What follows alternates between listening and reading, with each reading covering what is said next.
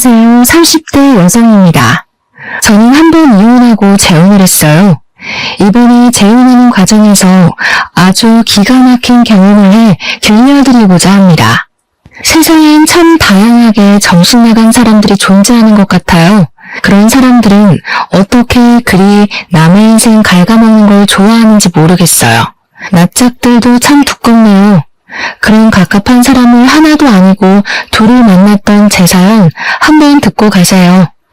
제가 재혼을 하게 됐다고 했잖아요. 현재는 전과 다르게 너무 행복한 생활을 하고 있는데요. 현재 남편과 시댁 어른들을 만나 뵐 때마다 사람은 다 제 짝이 있다는 걸 느낍니다. 얼마 전 제가 잊고 있던 끔찍한 사람들을 또 만나게 되었는데 하필 결혼식장이었어요. 결혼식장은 제가 생각했던 것보다 훨씬 더 정신없고 신경 써야 할 곳이 많더라고요. 그런 상황에서도 결코 마주치고 싶지 않은 사람들을 만났었는데요. 신부 대기실에 앉아있는데 전 남편과 전 시모가 찾아온 겁니다. 대체 그 사람들이 뭐하러 이곳에 왔는지, 그들을 발견하자마자 그렇지 않아도 정신없는 상황에 더 머릿속이 복잡해졌어요. 오히려 그들을 발견한 뒤로 다른 하객들을 반겨줄 수가 없었습니다. 그 두 사람이 저를 축하하러 왔을 리 없다고 생각했는데 몰골도 진짜 그럴 만한 몰골이 아니더라고요. 일부러 저를 만나러 온 게 아니고서야 우연으로 마주칠 일도 없는 상황이잖아요.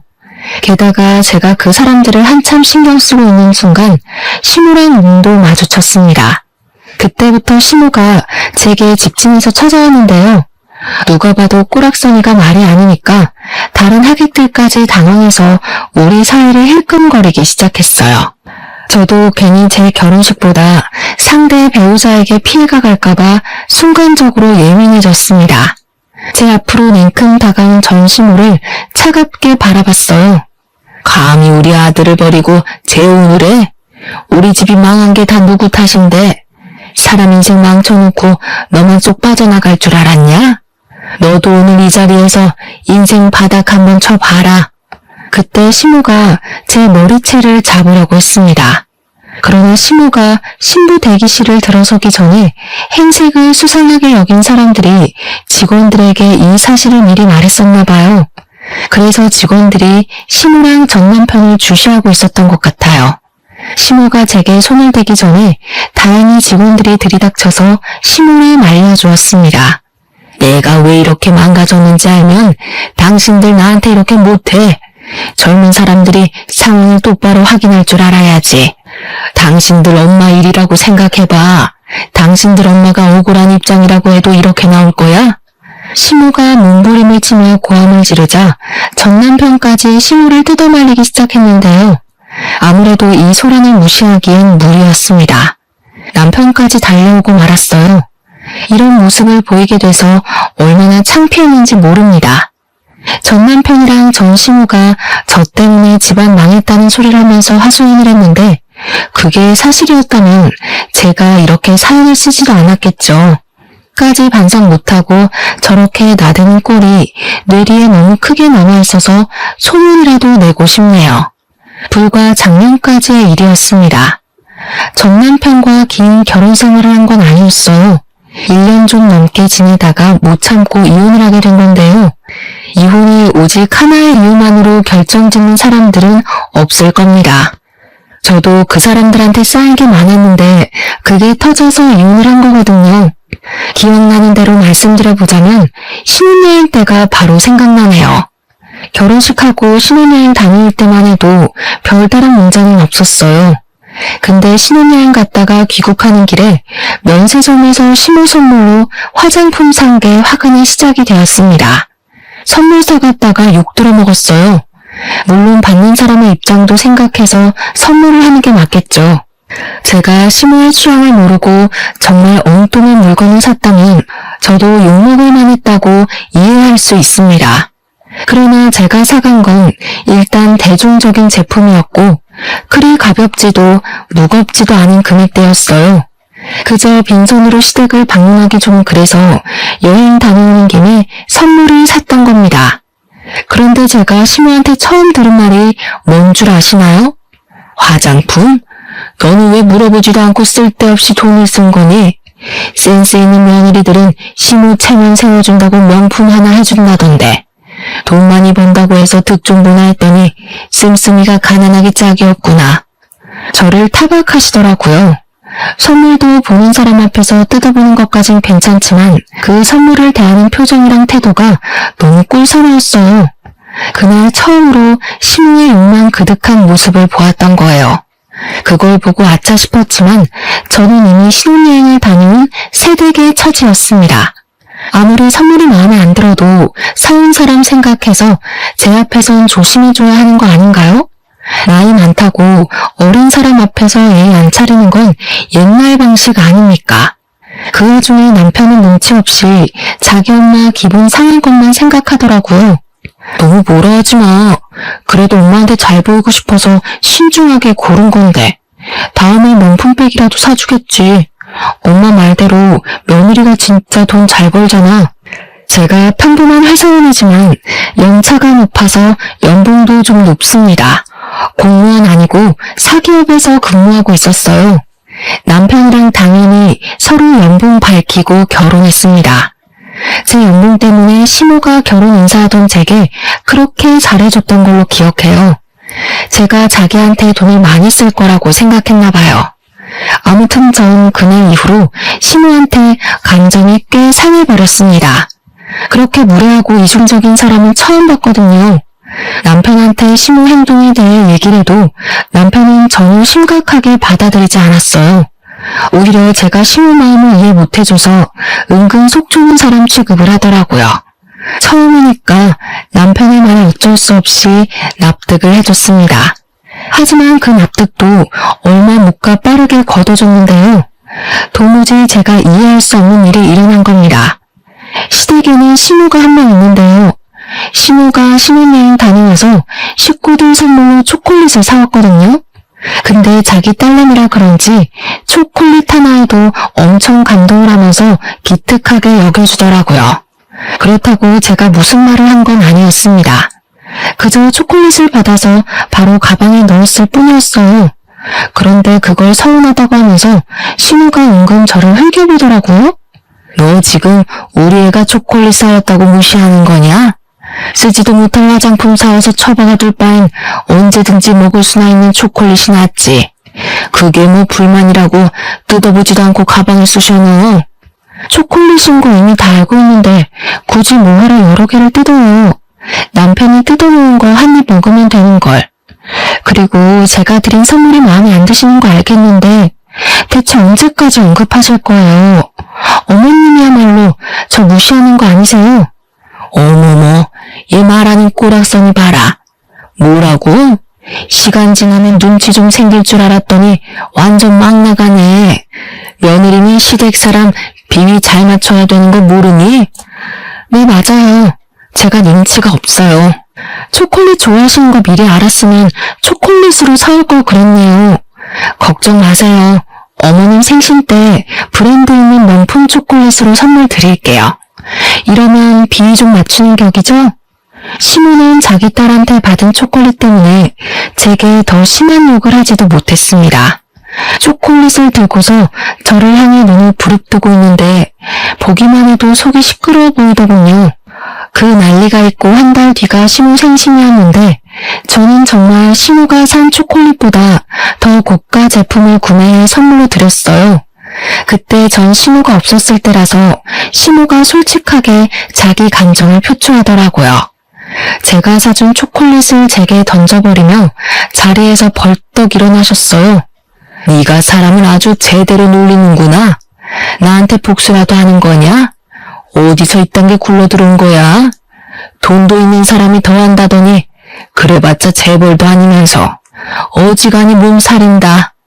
어머님께서 초콜릿에 미쳐있는 줄 알았는데 그건 또 아니라니까 당황스럽네요. 어머님이야말로 재벌 사모도 아니면서 바라는 게 참 과분하신 거 아니에요? 사람은 분수에 맞게 살아야지 배보다 배꼽이 큰 걸 바라면 망하는 법이에요. 생신은 축하드리는데 앞으로 어머님 태도가 이런 식이면 내년 선물도 초콜릿일 거예요. 시모는 결국 제 당돌함에 참지 못하고 뺨을 날렸습니다. 자기 생일을 망쳐놨다면서 저보고 꺼지라고 했어요. 본의 아니게 시모의 생신에 최악의 기억을 선물해 드린 셈이었습니다.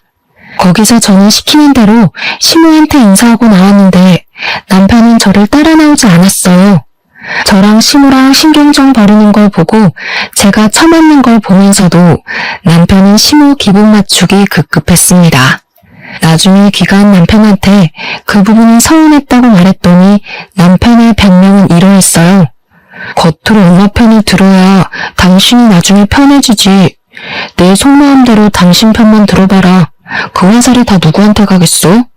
남편은 자기만의 방식으로 중립을 지키는 거라고 했지만 실상은 그저 말만 번지르르 했고 미꾸라지처럼 상황을 잘만 피해가는 꼴이었습니다. 아무짝에 쓸모도 없는 중간다리였어요. 결혼하기 전만 해도 남편한테 실망한 적이 없는데 어떻게 결혼하자마자 이렇게 다른 기분을 느낄 수 있는지 모르겠네요. 이제 겨우 갈등이 시작이었는데 그 이후로는 제가 얼마나 시달리고 살았겠습니까? 일단 남편이 갈등을 싫어했기 때문에 제게도 딱히 시비를 걸던 때는 아니었어요. 오히려 다툼 안 나도록 이쪽 저쪽 비위를 맞춰주던 시기였죠. 그래서 저도 남편한테 딱히 화를 많이 냈던 건 아니었습니다. 차라리 그런 박쥐 같은 모습만 보였다면 제가 어떻게 참아보려 했을지도 몰라요. 그러나 남편이 본격적으로 사고를 치기 시작하면서 제 스트레스의 원인이 되는 사람은 둘로 늘어나 버렸습니다. 남편이 저와 한마디 의문도 없이 직장 동료와 다툼으로 회사를 때려치운 겁니다. 성질머리를 참지 못해서 욱했던 거예요. 그러면서 뒤이어 하는 말은 아주 철부지가 따로 없었는데요. 나 사업하려고 도무지 나랑 안 맞는 사람들이랑 일하는 거 신경질 나서 못하겠어. 나도 나이 먹을 만큼 먹었는데 언제까지 남 눈치 보면서 참고 살아야 돼? 당신이 나 좀 도와줘. 장인어른이 아파트 당신 명의로 해줬잖아. 그거 담보 잡아서 대출 좀 받자. 내가 사업 대박 터뜨려서 당신 호강시켜줄게. 정신 나갔어? 당신이 사업에 대해서 뭘 안다고 사업을 해. 그러다 더 큰일 나면 어쩌려고. 빚더미 앉은 집안 중에 사업한 사람이 대다수야. 사업이란 게 자기 혼자만의 문제가 아니잖아요. 가정이 있는 사람이 마치 잃을 거 없는 것처럼 무모한 도전을 하려고 하길래 기가 막혔습니다. 직장 동료랑 싸워서 홧김에 사표 낸 것이 잘한 일인가요? 이럴 때 기죽어서 수그리고 들어가면 직장에서 무시당한다며 떵떵거리는데 정말 한심해 보였습니다. 남편이 쓸데없는 용기 때문에 우리 가정을 위태롭게 만들 수는 없어서 저는 남편의 그 제안을 바로 거절해버렸어요. 그랬더니 남편이 시모한테 그 사실을 얘기한 겁니다. 우리 사이의 문제인데 왜 시모까지 끌어들이는 건지 모르겠어요. 덕분에 이건 더 이상 부부의 문제가 아니라 집안의 문제로 커져버렸습니다. 시모가 우리 집을 찾아와서 남편이 했던 사업 얘기를 하기 시작했는데요. 저한테 돈이라도 맡겨놓은 줄 알았어요. 제 명의의 건물인데 시모가 당당하게 자기들 재산처럼 언급하더라고요.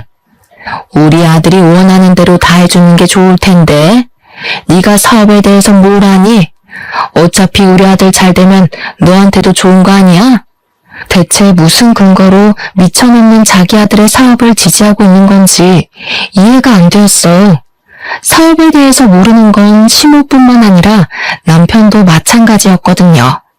모르는 게 상책이라는 말도 있지만 사업만큼은 그런 말과 관련 없다고 생각했습니다. 그래서 시모의 설득에도 저는 그저 싫다고 거절했어요. 그랬더니 시모가 퇴근하고 나서 저녁마다 시집살이 시키려 작정하고서 저희 집을 찾아오더라고요. 남편도 시모와 같은 뜻인 입장이라서 멋대로 집 비밀번호를 알려준 거였어요. 그때부터 저는 남편과 제대로 등을 지기 시작했습니다. 제가 일방적으로 남편을 무시하려고 했어요. 저를 그렇게 압박해오면 제가 항복할 줄 아는 것 같더라고요. 그런다고 한들 사업이 누구 집 개 이름도 아니고 능력 없는 사람들 입에 오른 일일 만큼 가벼운 일이 절대 아니라고 생각했으니까요. 하지만 심호의 간섭과 고나리질이 스트레스인 건 어쩔 수 없었습니다. 저도 일을 하는 사람이니까 직장에서 받는 스트레스가 있을 거 아니에요. 퇴근하고 오면 좀 쉬고 싶은데 심호가 저를 기다리고 있으니 스트레스가 배로 끓어오르더라고요. 너무 쉬고 싶어도 심호의 주둥아리가 제 뒤를 쫓아왔습니다. 먼지가 너무 많다느니 설거지거리가 잔뜩 쌓였다느니 반찬은 왜 이렇게 부실하냐느니 말이죠. 제가 집안 청소를 안 하는 것도 아니거든요. 근데 심호는 꼭 제 손 닿을 수 없는 곳을 살피면서 이따위로 하는 것도 청소냐고 엄청 지적했습니다. 게다가 설거지는 제가 먹은 그릇들이 아니에요. 심호가 우리 집을 들락거리면서 일부러 만들어 놓은 설거지들이었죠. 저도 어디 해보자는 뜻으로 심호에게 맞서서 나름 무심하게 대응은 했는데요. 이게 안 풀리고 쌓이다 보니까 너무 가슴이 갑갑하더라고요. 집안 꼬락선이 잘 돌아간다. 너는 어떻게 칭찬할 만한 구석이 없니? 너 때문에 우리 집안까지 재수가 없으려고 해. 안 되겠다. 너 그냥 직장 때려치워라. 네가 살림을 한 번도 제대로 해본 적 없으니까 이 모양이겠지. 내가 확실히 가르쳐 줄 테니까 내일부터 직장 그만두고 우리 집에 출근해. 그쪽으로 출근하면 월급은 있나요? 제 직장보다 배울 것 없는 집에 가서 고작 배운다는 게 집안일인데 돈도 안 주실 건 아니죠? 원래 사람을 스카우트하려면 연봉 협상이란 거래요. 뻔뻔하게 피 한 방울 안 섞인 저더러 가족인데 무슨 돈 타령이냐고 하실 건 아니길 바랄게요. 얘가 진짜 정신 나간 년이네. 우리한테 돈도 안 써. 제 남편 사업도 못하게 해. 하물며 나한테 명품이라도 하나 해준 적 있니? 잘하는 것도 없고 예쁜 짓도 안 하는 것이 무슨 돈 타령이야. 시애미가 하라면 그렇게 하는 거지. 제가 앞으로 어머님을 어머님으로 안 모시겠다고 하면 그만 아닌가요? 저 어머님한테 예쁜 짓 할 생각 없고 비위도 안 맞추고 싶어요. 어머님한테 며느리로 인정받고 싶지도 않고요. 그러니까 앞으로 저한테 아무것도 기대하지 마세요. 사소 실망하기 싫으시면. 제 말에 심호가 또 눈을 부릅떠 보였는데 그걸 무시하고 방으로 들어갔습니다. 안 그래도 심호가 가만히 있질 않고 따라오려고 하더라고요. 문 잠그고 쉬었어요. 안방에도 화장실이 있으니까 그곳에서 한참 씻고 나왔습니다. 방 밖에 조용한 것 같길래 문 열고 나가보니까 남편밖에 없더라고요. 제가 방에서 나오자 잠깐 외출했던 남편이 표정 굳은 채로 제게 다가왔어요. 나를 그렇게 못 믿을 거면 나랑 결혼 왜 했어? 우리가 남도 아니고 내가 무조건 성공시켜줄 수 있다니까. 왜 안 믿어줘? 나는 당신이 내조 못해도 아무 말 안 했고 우리 엄마한테 예의 없게 굴어도 최대한 참았어. 너는 네가 하고 싶은 대로 살아야 되고 나는 그러면 안 되냐? 와, 피해자인 척 잘한다. 네 말에 억울함은커녕 이기적인 내용밖에 없는데 어쩜 그렇게 손해보고 있는 얼굴을 할 수가 있어? 당신이 이렇게 연기 잘하는 사람인 줄 몰랐네. 어머님한테 들었는지 모르겠는데 나 진짜 마지막으로 경고하는 거야. 난 사업 절대 반대야. 제가 매번 똑같이 경고를 했더니 남편은 그렇게 저한테 항복하는 듯 했습니다. 더 이상 안 따졌거든요. 신혼집 비밀번호도 바꾸었어요. 심호한테 또 집 비밀번호 알려줄 생각이면 친정 가서 지내겠다고 했는데 그 뒤로 심호가 집을 안 찾아오더라고요. 심호한테 연락은 딱히 없었지만 심호 전화번호도 그냥 다 차단했습니다. 그리고 한동안 남편이 잠잠하길래 저는 그가 다시 취직 준비를 하고 있는 줄 알았어요. 일자리도 없는데 매일 외출을 하더라고요. 그런데 그마저도 제 착각이었습니다. 남편의 똥꼬집이 어디 갈 리가 없는데 아니랬어요. 그동안 남편은 사업에 단 1%도 미련을 못 버렸던 거예요. 결국 사업장을 차리게 되었다고 저한테 먼저 말을 걸더군요. 무슨 돈으로 했냐니까 심호가 시댁을 담보로 접고 대출을 받았다고 하는 겁니다. 시댁 재산은 오직 아파트밖에 없거든요. 근데 빚은 없는 남편한테 전 재산을 걸고 자금을 해결해 줬다네요. 벌써 사무실까지 다 꾸려진 상태로 제게 말을 하는 거였어요. 할 수 없이 저도 체념하고 들었던 것 같아요. 우선 정확하게 뭐 하는 사업인지 몰라서 물어봤습니다. 그런데 물어볼 때마다 남편이 이상하리만큼 예민하게 반응하는 겁니다. 왜? 내가 어디 음지에서 돈 벌어오는 걸까봐? 네 돈 빌려서 하는 것도 아닌데 아직도 의심이 많다? 어차피 넌 말해줘도 모르는 사업이야. 남자가 하는 일에 일일이 신경 쓰지 마. 그래, 알아서 잘해봐. 나한테 도와달라고 손만 안 벌리면 돼. 나 분명 말렸는데 무시하고 시작한 건 당신이니까 내 탓도 하지 말고. 남편은 아주 자신감이 넘치는 상태였습니다. 대체 무슨 일을 하길래 저렇게 성공을 보장하는 건가 궁금하기도 했어요. 그렇지만 더 물어보진 않았습니다. 굳이 가라앉힌 갈등을 다시 들추고 싶지 않았거든요. 그렇게 불안감만 안고서 시간을 보냈는데요. 의외로 남편 사업이 정말 잘 되는 건지 돈을 꽤나 버는 것 같더라고요. 사업 시작한 지 2달 만에 생활비만 무려 월 300만 원씩 턱턱 갖다 주는 게 아니겠어요? 이렇게 큰 돈은 어디서 났어? 정말 당신이 사업해서 벌어온 돈이야? 그렇다니까. 이제야 남편 능력 좀 믿겠냐? 앞으로 더 승승장구할 날만 남았으니까 벌써부터 놀라지 마. 우리 빚 다 갚고 나면 당신 일 그만두고 집에서 쉬어도 돼. 솔직히 남편을 많이 아팠는데 좀 충격이었어요.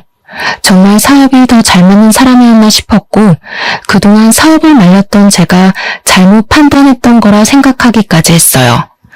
어떤 사업을 하는지는 그때까지도 몰랐지만 좋은 게 좋은 거지 하고 생각해서 남편이 주는 생활비를 고스란히 받았습니다. 마치 부자가 된 것처럼 행복하게 사치를 부렸고 먹고 싶은 거 다 먹어가며 펑펑 썼죠. 남편 일이 잘 풀리자 시모의 관계도 저절로 회복이 되었는데요. 시모는 저에게 남은 앙심이 큰지 마치 재벌 사모라도 된 것처럼 저한테 자부심을 부리기 시작했어요. 그게 저의 심기를 불편하게 만들었고 자기 아들 믿고 제게 함부로 하기만 하는 시모한테 점점 질려갔습니다. 그 와중에 짜증났던 건 남편이 또 시모한테 집 비밀번호를 알려줬다는 거예요. 내 아들 돈으로 펑펑 놀고 먹는다면서? 네 돈 주기는 싫고 내 아들 돈은 쓰고 싶나 보지? 그렇게 돈 좋아할 거면서 뭐하러 쌩님인 척 딱딱하게 굴었대? 앞으로 우리 아들이 돈 필요하다고 하면 군말 없이 대줘라. 알겠니? 제 돈을 왜 어머님이 이래라 저래라 하세요. 그때 돼서도 결정은 제가 해요. 그리고 사업은 길게 보는 거지 시작 때 성공했다고 쭉 성공하리란 법 없잖아요. 벌써부터 긴장 놓지 마세요. 남편이 돈을 많이 벌어다 주니까 시모 입장에선 제가 그만 꼬리를 내리고 넙죽 엎드려야 한다고 생각한 것 같아요. 저도 남편이 생활비를 많이 가져다 주면 좋죠. 그런데 그걸로 비굴해지긴 싫거든요. 그래서 저만의 소신을 끝까지 굽히지 않았던 건데 시모가 그게 마음에 안 들었나 봐요. 아들이 자기의 유일한 방패막인지 제 행동을 과장해서 남편한테 고스란히 말하더군요. 남편 역시 제 편은 아니었어요. 남편도 돈 때문에 제가 굽히고 들어오길 바랬습니다. 자기 돈 많은 걸 자꾸 내세우면서 허세를 엄청 부렸고요. 자기 엄마 무시하냐고 엄청 많이 발끈했어요. 두 사람의 갑질이 기분 나빴지만 그래도 남편이 생활비를 많이 주니까 그냥 참았어요. 그렇게 날을 보내던 어느 날이었어요. 갑자기 남편과 싸웠다던 그 직장 동료가 제게 따로 연락을 해온 겁니다. 너무 느닷없는 발신자라서 아무 생각 없이 받았는데요. 그 동료 직원한테서 놀라운 사실을 들었어요. 남편이 회사에서 잘 내게 된 이유를 설명해 주더라고요. 저는 남편이 동료 직원이랑 싸워서 스스로 사표를 낸 걸로 알고 있는 상태였는데 동료 직원이 말하는 건 달랐습니다. 남편이 휴대폰으로 코인하다가 상부에 들켜서 잘렸다는 말을 하더군요. 회사를 나가서 더 자유롭게 코인을 하고 다닌다고 했어요. 알고 보니 남편이 제게 주는 엄청난 생활비를 코인으로 벌어주고 있었던 거예요. 머리끝까지 소름이 돋았고 얼마나 화가 났는지 몰라요.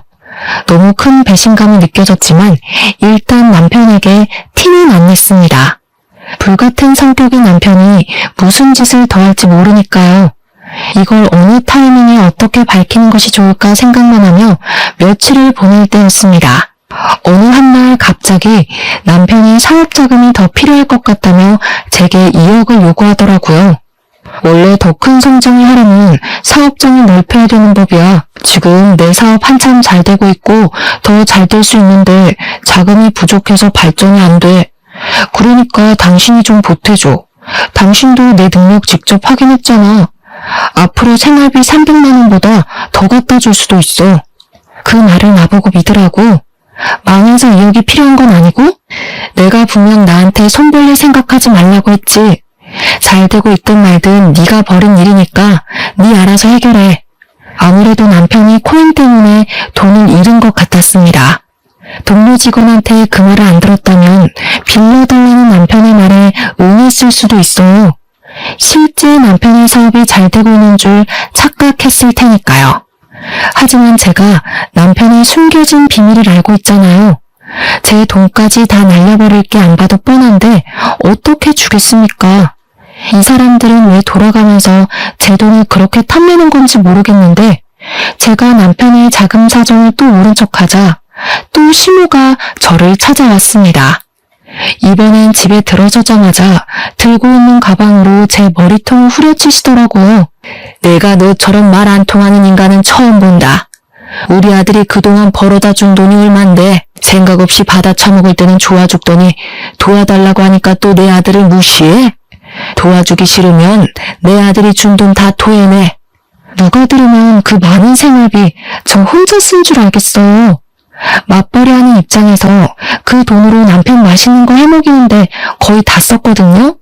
저 개인적으로 쓴 거 전혀 없고 남편이랑 놀러 갈 때만 썼다고요. 너랑 말만 섞으면 내가 아주 혈압이 올라. 나 더 이상 너 같은 년이랑 얼굴 보면서 살기 싫다. 당장 내 아들이랑 이혼해. 이혼이요? 와, 내가 왜 그 생각을 못했지? 말씀 잘하셨네요. 그래요, 이혼할게요. 저 그이 없어도 잘 살 수 있거든요. 이혼은 생각도 못하고 있어서 혹 2개 달고 평생 어떻게 사나 고민 많았는데 해결책 추천해줘서 감사해요. 어머님께서 주는 마지막 선물이라고 생각할게요.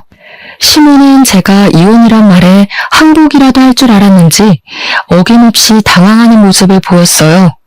저를 이 정도 겪었으면 그런 협박이 안 통하는 것 정도는 알 줄 알았는데 아닌가 봐요. 그렇게 원하는 이혼을 해주겠다니까 시모는 결국 더 말하지 못하고 씩씩거리기만 하다가 돌아갔습니다. 그리고는 자기가 알아서 1억을 더 담보대출 받아서 해줬어요. 대단한 아들 사랑이라고 생각했습니다. 저는 빚더미 앉기 전에 그만 이 집에서 도망을 가는 게 좋을 것 같았어요.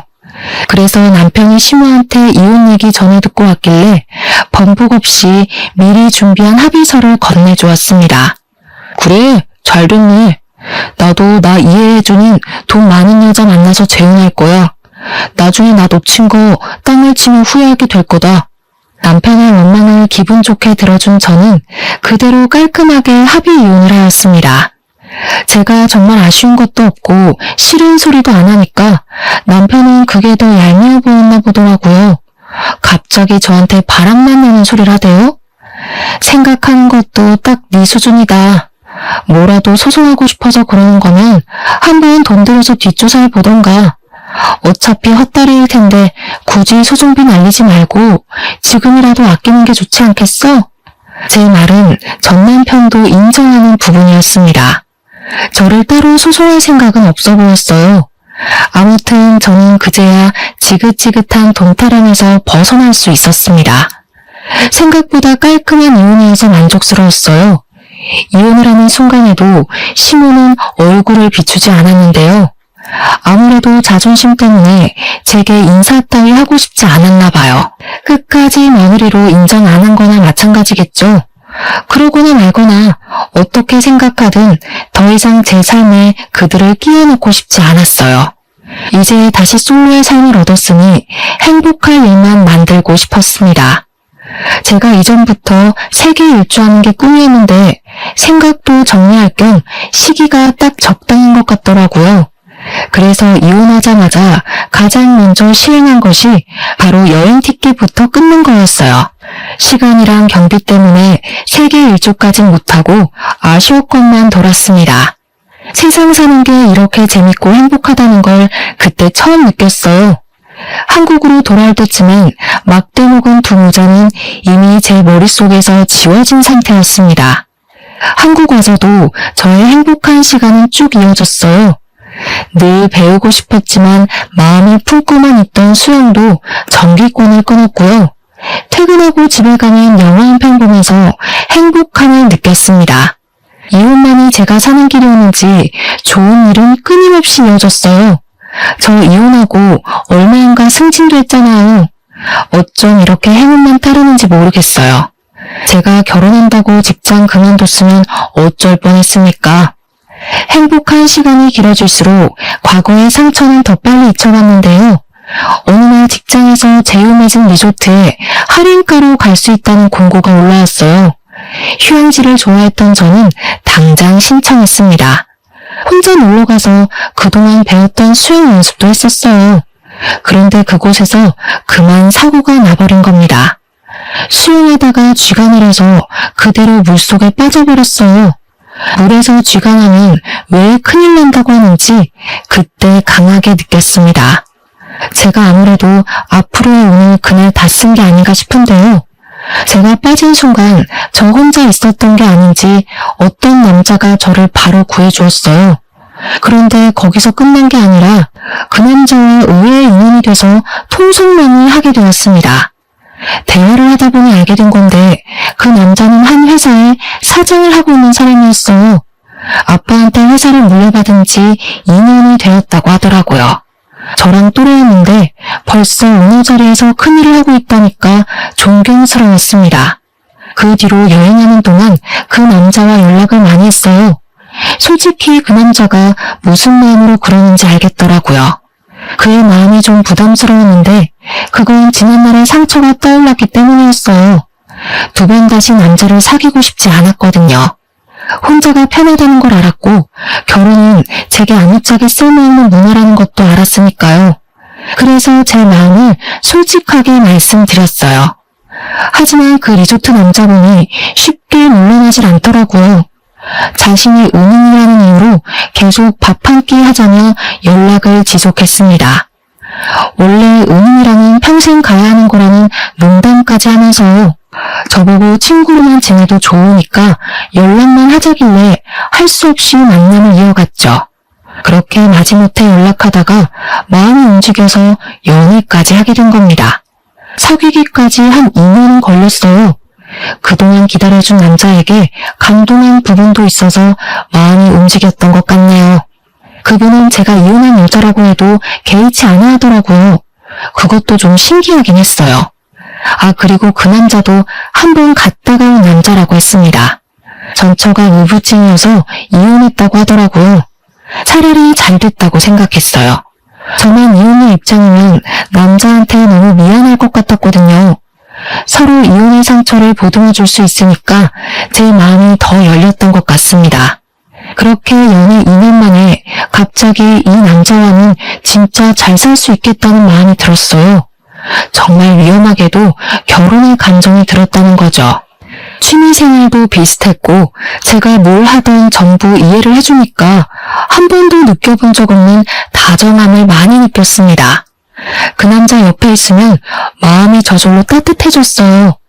그리고 무엇보다 시부모님이 사업체를 이끄는 사람이다 보니까 재산도 꽤나 있으셨고 가정이나 노후도 탄탄하게 대비가 되어 있는 분들이라 다른 걱정이 없었습니다.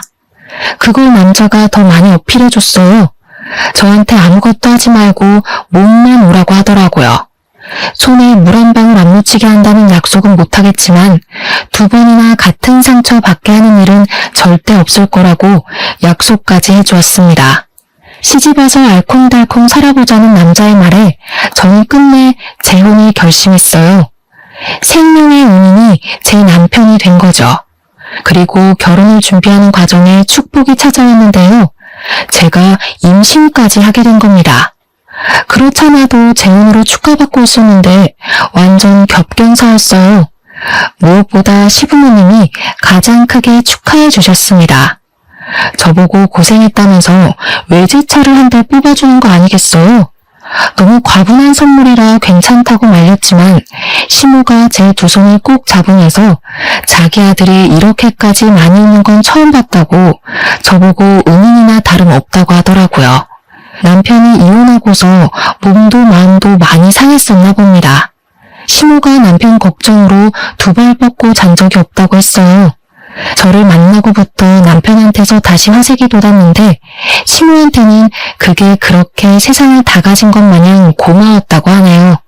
그러면서 시모가 앞으로 힘든 일 있으면 절대 참지 말고 자기한테 말해달라고도 했어요.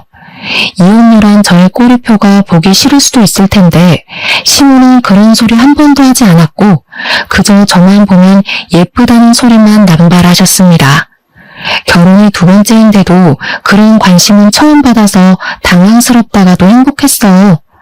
그렇게 결혼식 당일이 되었어요. 시부모님의 힘으로 결혼식이 아주 성대하게 열렸습니다. 그리고 그곳에서 초대하지 않은 손님들이 찾아오고 말았어요. 너무 기쁜 날에 제 기분을 다 망치는 두 사람이 나타나고 만 겁니다. 바로 전 남편과 전 시모였어요. 이혼하고 처음 보는 자리였는데 그게 하필 제 결혼식이었네요. 상상만 해도 최악이지 않습니까?